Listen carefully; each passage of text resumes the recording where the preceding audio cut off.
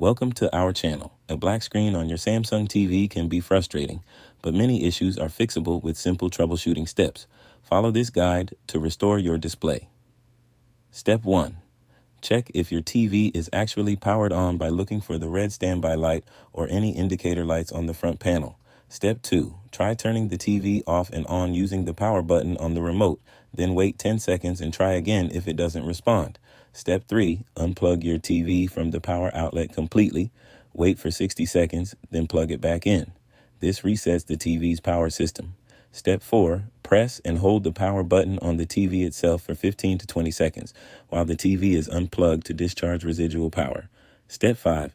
Check all cable connections, including HDMI cables, power cord, and external devices.